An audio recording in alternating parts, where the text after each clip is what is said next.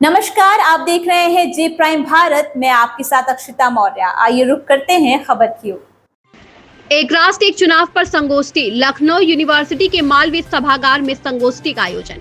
Deputy CM Keshav Prasad Maurya कार्यक्रम में शामिल। लविवी के कुलपति आलोक कुमार राय भी रहे मौजूद। विश्वविद्यालय के छात्र छात्राएं और प्रोफेसर हुए शामिल।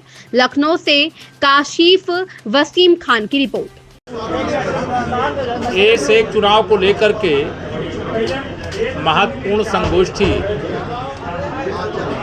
संपन्न हुई, जिसमें विश्वविद्यालय के कुलपति डॉक्टर आलोक राय जी, भारतीय जनता पार्टी के हमारे प्रदेश उपाध्यक्ष, विधान परिषद सदस्य जो इस कार्यक्रम के संयोजक थे संतोष सिंह जी, प्रदेश के महामंत्री और विधान परिषद सदस्य अनूप गुप्ता जी, हिमांशु जी सहित हमारे प्रोफेसरगण, हमारे बड़ी संख्या में छात्र साथी बड़े उत्साह के साथ एक देश एक चुनाव के विषय को सुने और उसके समर्थन में विषय को आगे बढ़ाने का उन्होंने विश्वास दिलाया है। माननीय प्रधानमंत्री श्री नरेंद्र मोदी जी के नेतृत्व वाली सरकार इस देश के उज्जवल भविष्य के लिए, विकसित भारत बनाने के लिए, भ्रष्टाचार से मुक्त भारत बनाने के लिए, गरीबी से मुक्त भारत बनाने के लिए जो भी समस्या है, हर समस्या का समाधान करने के लिए बड़े बड़े कड़े महत्वपूर्ण फैसले लेने का काम लगातार किया गया है। और यह भी इस समय पूरे देश में विषय चल रहा है, जिससे के बारे में आप सबको मालूम है कि देश के पूर्व राष्ट्रपति डॉक्टर हमारे रामनाथ कोविंद जी की अगुवाई में कमेटी बनी थी, उसकी रिपोर्ट है, कैबिनेट ने मंजूरी दी है। मंजूरी के बाद कुछ राजनीतिक दलों ने, जिनके नेतृत्व में इस देश के अंदर सरकार शुरू आज़ादी के बाद बनी और कई चुनाव एक साथ हुए, उसके बाद अब एक साथ चुनाव को स्वीकार नहीं करने के कारण से ये जनता के बीच में विषय आया।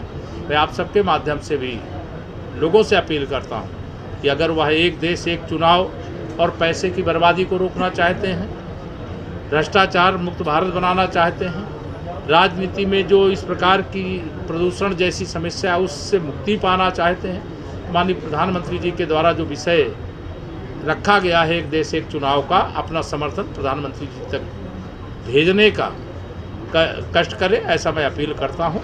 और मुझे पूरा विश्वास है कि जिस प्रकार से माननीय प्रधानमंत्री जी के नेतृत्व में कई बड़े बड़े काम हुए हैं, चाहे वह श्री राम जन्मभूमि पर भव्य मंदिर निर्माण का मामला हो, चाहे जम्मू कश्मीर में 370 का मामला हो, चाहे ट्रिपल तलाक से संबंधित मामला हो, चाहे अभी वक्फ संशोधन से संबंधित मामला हो, चाहे इस देश के अंदर कई बड़े बड़े विषय हैं जिसकी चर्चा बहुत विस्तृत है, तो वैसे ही एक देश एक चुनाव का विषय भी जल्दी पूरा होगा, ऐसा मैं विश्वास रखता हूँ। श्री अखिलेश यादव जी जाएं या ना जाएं, इससे तो शायद परिवार को कोई फर्क नहीं पड़ता है। उनके परिवार के सामने इस समय दुखों का पहाड़ टूटा है और उनके परिवार के सामने नहीं, देश के ऊपर एक आतंकवादी हमला है और इस हमले का बदला भारत की बहादुर सेना जरूर लेगी।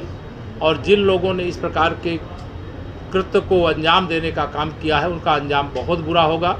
जब पूरा देश भरोसे में और इंतज़ार में बैठा हुआ है, लेकिन श्री अखिलेश यादव जी अगर शुभम द्विवेदी जी के घर जा कर के शोक प्रकट करने का काम नहीं कर सकते थे, तो ये बयान दे कर के क्या उस पीड़ित परिवार के घाव में नमक डालने का काम कर रहे हैं? क्या ऐसा क्या करने की आवश्यकता है?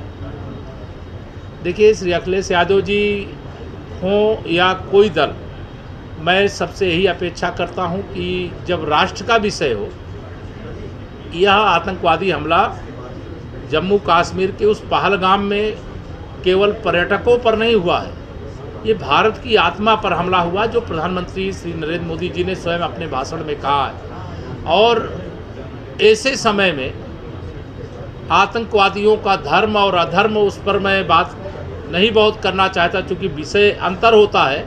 अन्यथा अगर आतंकवादियों ने हिंदू जो थे उनको अलग करके, मुस्लिम जो थे उनको अलग करके और उसके बाद उनकी हत्या करने का जो काम किए हैं, तो ये किस धर्म के लोग थे? श्री अखिलेश यादव जी बता दें। इस प्रकार की बातें करना मतलब ऐसे समय में जब देश दुखी है, गुस्से में है और देश के दुश्मनों से मतलब बदला लेने के लिए एकदम तैयारी में है, ऐसे समय में ये हल्के फुल्के बयान देने का कोई औचित्य नहीं। अब वो सरकार करेगी। अभी तो जो इतनी बड़ी दुर्घटना आतंकवादी हमले के रूप में हुई है, अभी तो देश बदले के लिए एकदम पूरी तरह से उतावला है कि देश के दुश्मनों से बदला लिया जाए। और विश्वास है कि जैसे सर्जिकल स्ट्राइक, एयर स्ट्राइक और जिस तरीके से भी सेना अपनी तैयारी कर रही होगी, और मुझे पूरा विश्वास है देश के दुश्मनों को इतनी करारी सज़ा मिलेगी कि भविष्य में इस प्रकार की कोशिश करने का वह प्रयास नहीं करेगी। पूरे देश में चल रही है, प्रदेश में भी चल रही है। जो पाकिस्तानी नागरिक हैं, भारत सरकार का फैसला है, जो अभी कूटनीतिक मोर्चे पे फैसले लिए गए हैं, उनका अनुपालन उत्तर प्रदेश में भी होगा, देश के सभी राज्यों में हो रहा है।